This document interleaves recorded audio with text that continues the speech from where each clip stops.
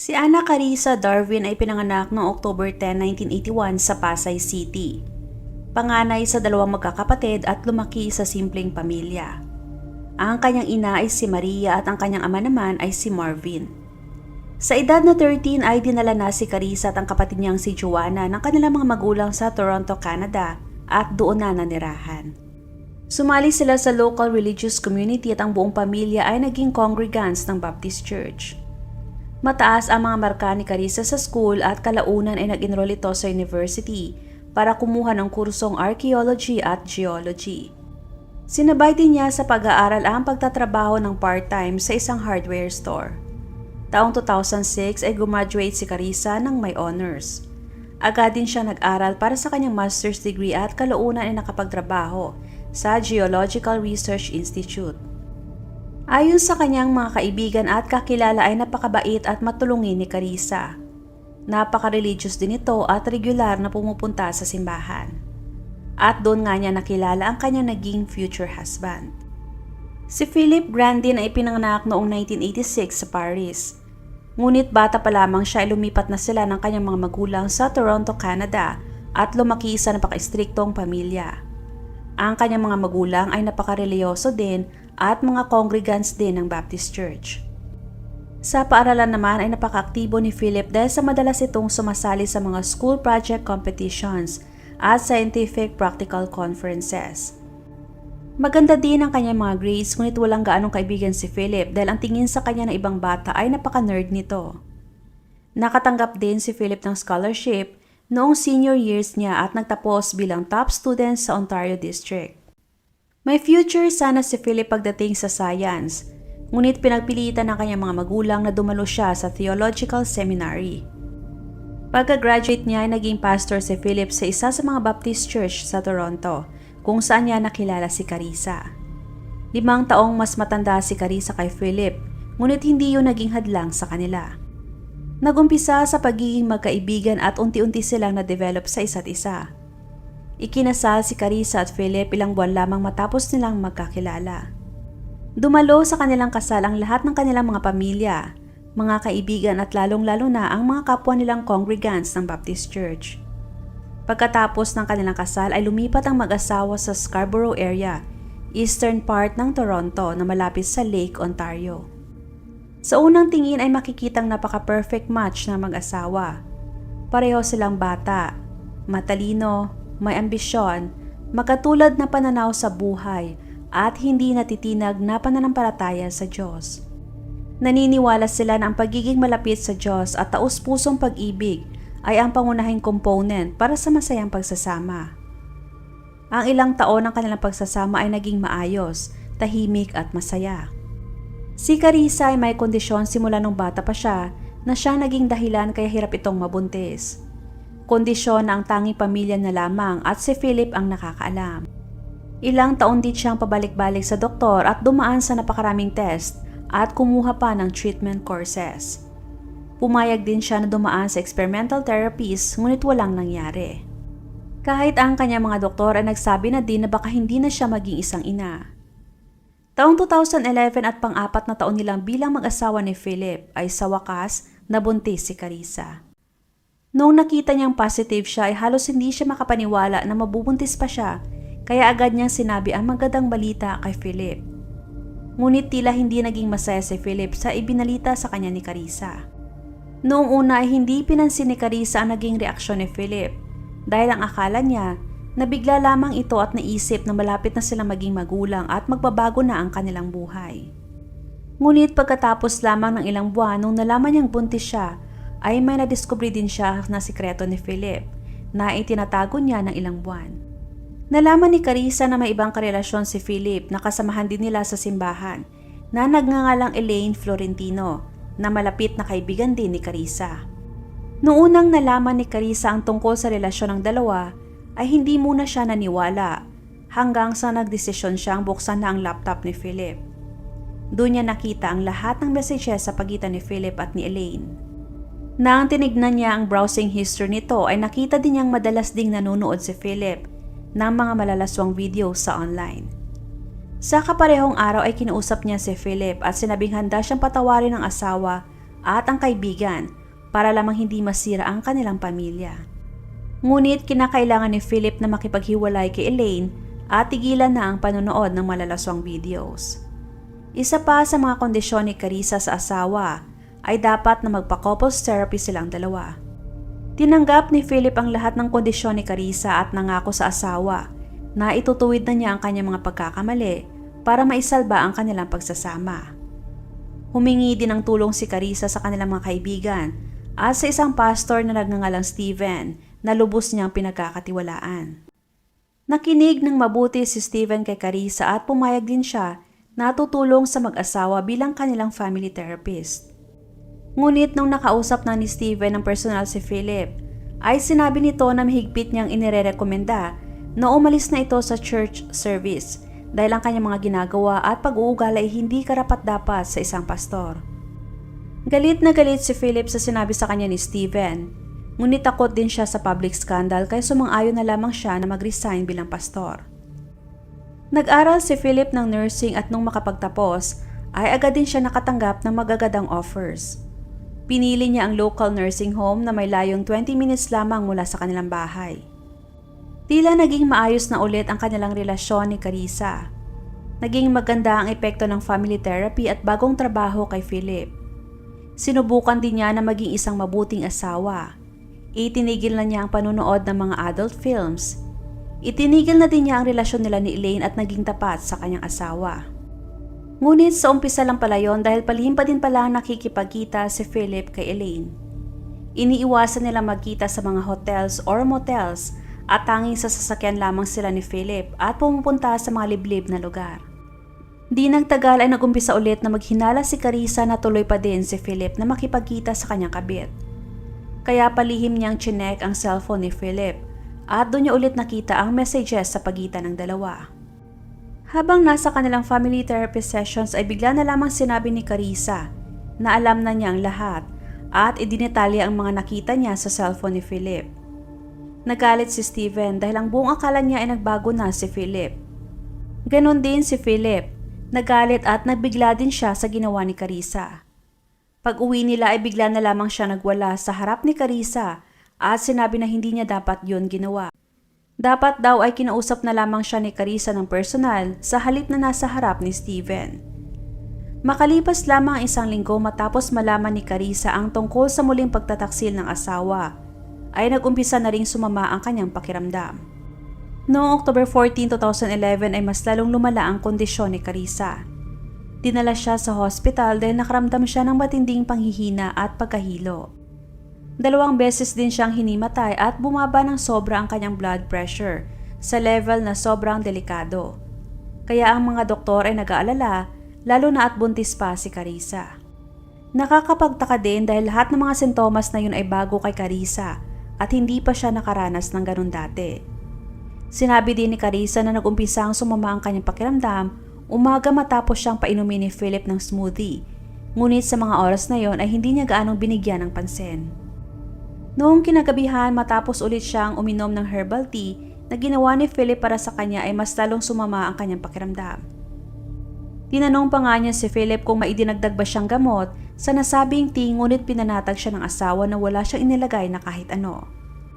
Na-admit si Carissa sa hospital ng 24 hours para maobserbahan ng mabuti ang kanyang kondisyon. Nakakapagtaka din dahil hindi man lang na-question si Philip sa nangyari sa asawa at pinalabas na lamang na aksidente na inom ni Carissa ang gamot. Noong nakausap ni Carissa ang kapatid na si Joanna, ay sinabi niya na naniniwala siya na nilalason siya ni Philip o di kaya para makunan ito. Na-discharge si Carissa sa hospital noong October 15, 2011. Ngunit makalipas lamang ng 2 araw, October 17 ay nakita na lamang ito na wala ng malay sa kanilang bathroom. Agad na tumawag si Philip sa emergency services at nang mamakaawa ito na bilisan nila para matulungan ang kanyang buntis na asawa. Ayon kay Philip ay kararating lamang niya galing sa pagja-jogging nung nakita niya ang kanyang asawa sa kanilang bathroom at nasa loob ng bathtub. Ang hinala niya ay baka daw sinadya nitong magpalunod sa tubig. Habang papunta ang ambulance ay inutusan pa siya ng dispatcher na magsagawa ng CPR. Ngunit ayon kay Philip ay hindi niya alam kung paano gawin ang CPR at chest compressions. na hindi ka panipaniwala dahil siya isang nurse. Dagdag pa doon ay sinabi din niya na hindi niya kayang buhatin ang asawa mula sa tub dahil sa napakabigat daw nito at basa at madulas pa ang kanyang katawan. Inutusan ulit siya ng dispatcher na i-drain ang bathtub at lagyan ng towel ang ulo ni Carissa at gumamit ng sheets sa ilalim ng mga kamay ni Carissa para maangat niya ang asawa. Ngunit tanging tilamsik lamang ng tubig ang naririnig ng dispatcher sa kabilang linya. Nung dumating na ang mga medical team sa kanilang bahay ay nagulat din sila dahil hindi man lang natanggal ni Philip ang bathtub plug para ma-drain ang tubig. At sa mga oras na yon ay nakalubog pa din sa tubig ang ulo ni Carissa. Kung titingnan si Philip ay mukha pa itong nashock sa nangyari at hindi alam ang gagawin. Panay pagmamakaawa na lamang ang lumalabas sa kanyang bibig na iligtas si Carissa. At paulit-ulit na sinasabi na malapit na sana silang magkaroon ng anak. Ngunit sa kasamaang palad ay hindi na nailigtas si Carissa kasama ang kanyang anak. Sa mga oras na yon ay 20 weeks na ang ipinagbubuntis ni Carissa. Sa isinagawang autopsy ay nakita na siya ay namatay dahil sa pagkalunod dahil napuno na rin ng tubig ang kanyang mga baga.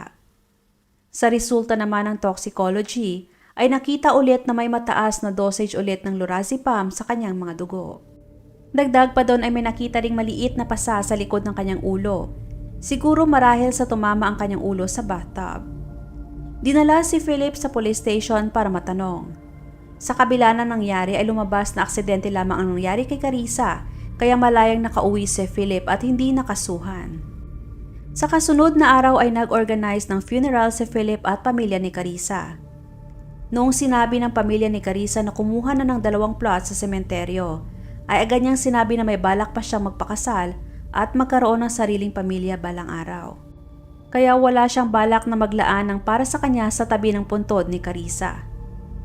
Kakaiba din ang mga ikinikilos ni Philip kahit nakamamatay lamang ng kanyang asawa. Hindi rin makitaan na nagluluksa ito at bagkos ay nagpaplano na ng kanyang mga susunod na gagawin na parang masaya pa siya na nagkaroon na siya ng freedom dahil wala na si Carissa. Maraming dumalo sa libing ni Carissa at sa hindi inaasahan ay dumalo din ang kabit ni Philip na si Elaine. Pagkatapos ng libing ay palihim din na pumunta si Philip sa bahay ng kanyang kabit. Makalipas lamang ilang araw ay lantaran na rin nagde-date si Philip at ang kabit nito sa publiko. Ang hindi alam ni Philip ay hindi tumigil ang pamilya ni Carissa na lumapit sa mga pulis para muling magsagawa ng investigasyon sa pagkamatay ng anak. Matagal na naging tahimik ang mga pulis sa kaso ni Carissa, kaya nakapagdesisyon na din ang pamilya na isapubliko na ang kaso at makipag-usap sa mga press.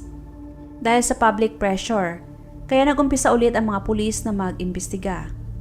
Noong May 2012 ay inaresto si Philip sa hinalang siyang tumapos sa buhay ng kanyang buntis na asawa.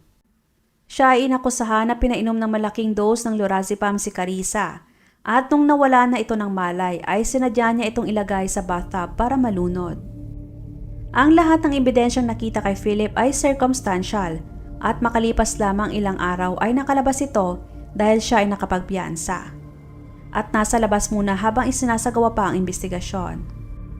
Noong una ay sinabi niya na aksidente lamang ang nangyari sa kanyang asawa. Ngunit sa pangalawang statement niya ay sinabi niyang baka sinadyang tapusin ni Carissa ang kanyang buhay. Wala ring makitang lorazepam sa bahay ng mag-asawa. At ang gamot ay prescription drugs, ibig sabihin hindi ito mabibili sa pharmacy nang walang reseta. Kahit ang OB ni Carissa ay sinasabing hindi rin sila nagreseta noon kay Carissa dahil hindi ito safe sa mga nagbubuntis. Tanging si Philip lamang ang may access at pwedeng kumuha ng lorazepam sa kanyang trabaho. Sa panahon ng investigasyon ay kinuha din ng mga pulis ang personal laptop ni Philip. Doon nila nakita na nag-search si Philip kung anong dose ng lorazepam ang nakamamatay. Dagdag pa doon na nung araw na nasa hospital si Carissa, ay may kinontak din si Philip na babae mula sa isang website para pumunta sa kanilang bahay para makasiping habang wala ang asawa. Araw-araw din silang nagme-message at nagtatawagan ni Elaine. Nagsimula ang trial ni Philip noong February 2014, 2 taon at kalahati ang lumipas matapos mamatay ni Carissa. Kinasuhan si Philip ng first-degree murder.